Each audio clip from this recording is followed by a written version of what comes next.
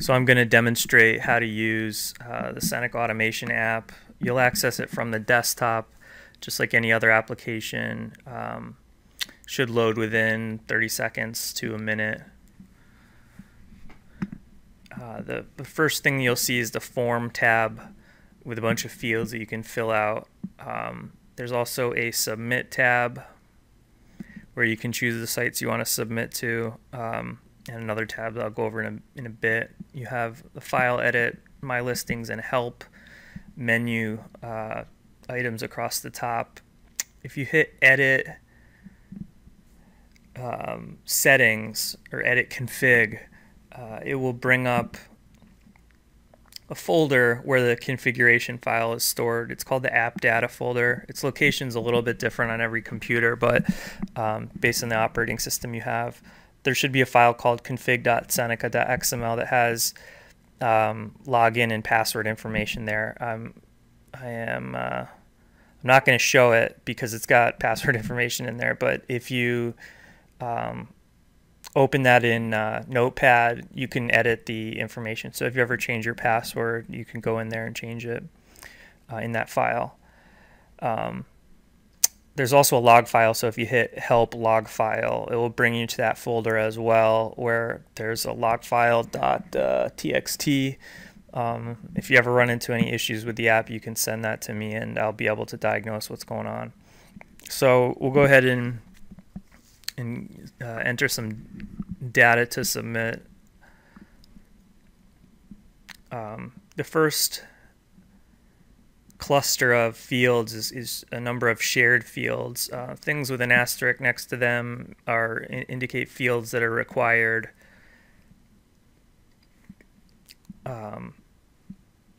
Title, price, shipping, and we could choose a default image here, primary image,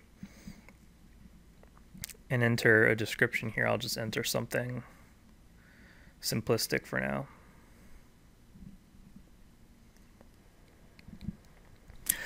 While I'm typing this in, I should mention that one prerequisite for the application, obviously a Windows operating system, but also the Microsoft .NET Framework 4.0. There should be a link provided to that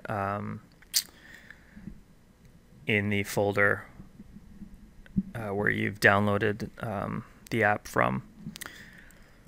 To submit to eBay, we need a subtitle, condition, and a category. If I hit choose, you have a couple options here. By default, I've cached a list of categories, and I think that's very unlikely to change. But in the event that you want to refresh that cache, there's an option to do that. But it takes about 1 to 2 minutes to pull and pull down all these categories and the metadata associated with those categories. So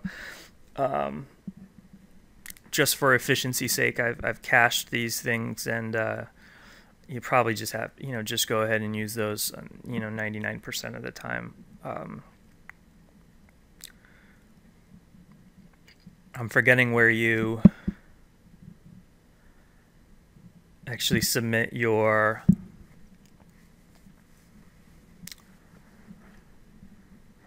medical appliances to. I'm forgetting what the category is, but you know this, and I'll for now I'll just try to find an other category that I can pop it into.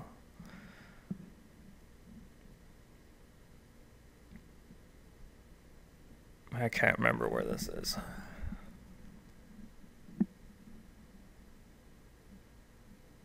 So I'll just put it in other for now.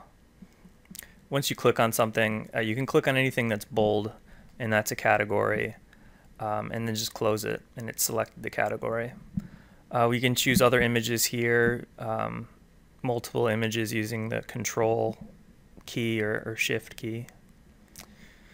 Going on to VetQuest. VetQuest requires an abbreviated title, so you have to enter just a shorter title here. I think it's something like 20 characters or less, and the form restricts your data entry appropriately. .NET fields.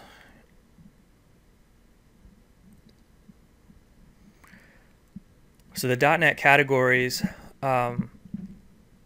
these are, as you click these boxes, it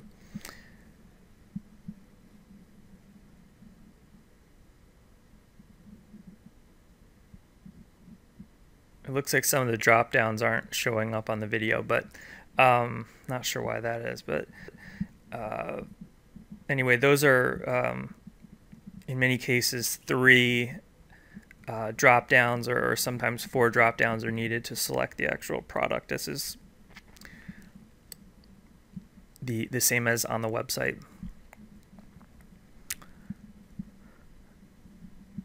MedWow, the fields are fairly self-explanatory.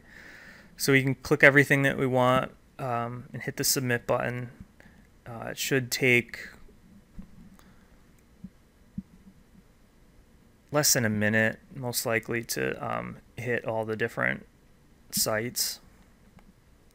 And then you'll get a summary dialog like this. It says whether it posted successfully or whether there was an error. You'll see on the MedWow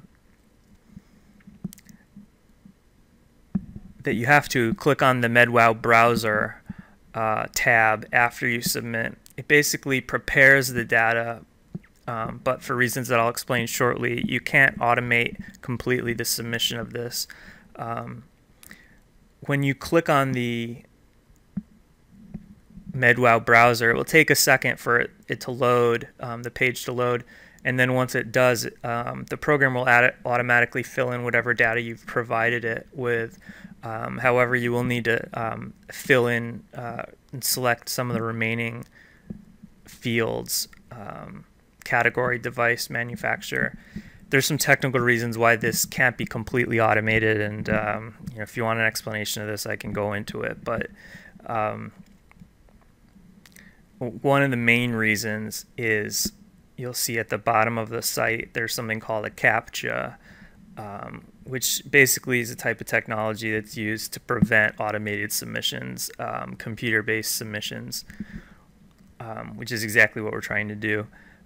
So it prevents that from happening completely. So I'm able to automate the submission of a number of these things, number of these fields, so it's less burdensome for you to enter all this stuff in. But right here, you actually will need to read, you know, the CAPTCHA field and enter that in manually. And then they've developed a multi-page submission, and that's another reason why we can't automate in one fell swoop the submission of this posting. So on the second page, there's very little to enter, but if these things change for you, you'll have to update these manually. And MedWow is the only one that kind of works different from the others, fortunately. I believe there's even a third page. I don't know what the price of these things are. I've just picked these out of thin air. But yeah, they ask you to review it and accept a certification before you submit.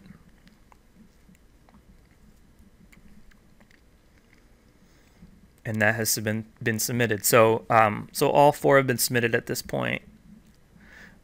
If you click on the My Listings menu, there's 4 options under that menu, each of which correspond to the different sites. So eBay, MedWow, VetQuest, .med.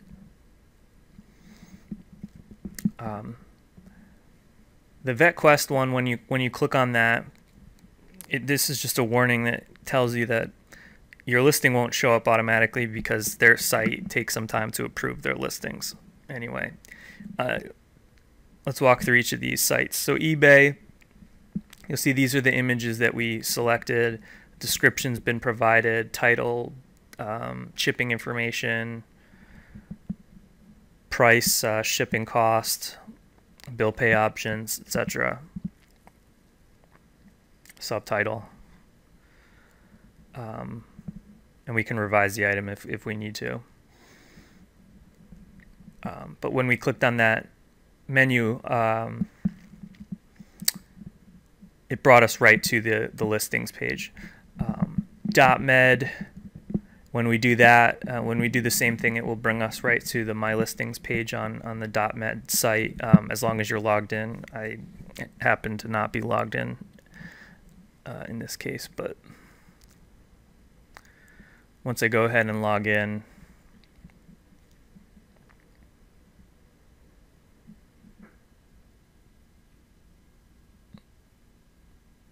I can access the My Listings page.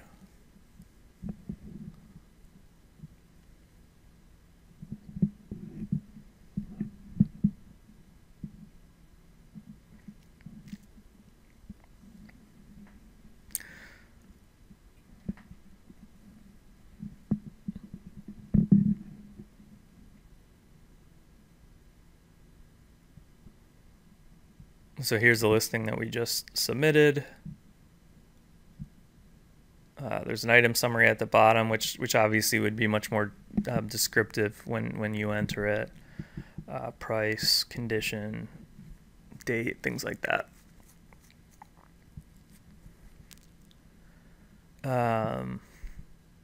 Next site is MedWow. You'll notice that the status of this item is awaiting confirmation, so they don't post immediately. It'll take some time for them to review the post and actually make it live on the website. You're probably familiar with this already. eBay, you'll notice if you go to your email, they've sent you an email that indicates that they've posted your item. VetQuest will often send an email as well.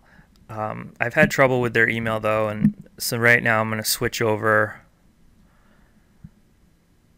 And for some reason, when I've submitted through a certain email address, sometimes I don't get the messages, and other times I do, and it seems to be a little random when they send their emails and when they don't. But I've never had a problem with the submissions going through. The submissions go through every time. I just sometimes don't get a confirmation email. I'm just going to resubmit it just to demonstrate what that confirmation email looks like. Hopefully they'll send me one. You can ignore this. I forgot to turn off my debugger here. All right, so I just resubmitted the VetQuest information. The summary dialog says that it's been posted successfully. If I go to My Listings and click on VetQuest, this will just warn me that it doesn't show up in the search results immediately. It takes some time, but that I should get an email in my inbox. So if I check my inbox, you'll see I have an email from VetQuest. If I click on the link that they've provided here, I can choose to modify the ad or remove the ad. But if I do nothing, the ad will be checked by VetQuest and made live within some period of time.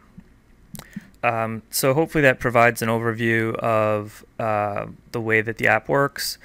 If you have any questions, of course, just send me an email and then let me know how I can help to clarify. It should be pretty self-explanatory. I noticed that when I've made the video and recorded the audio that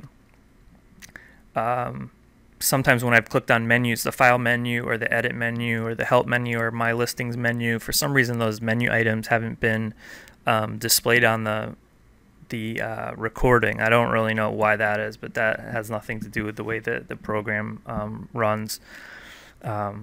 When you install the program and run it, I've tried to make it as self-explanatory and streamlined and efficient as possible. So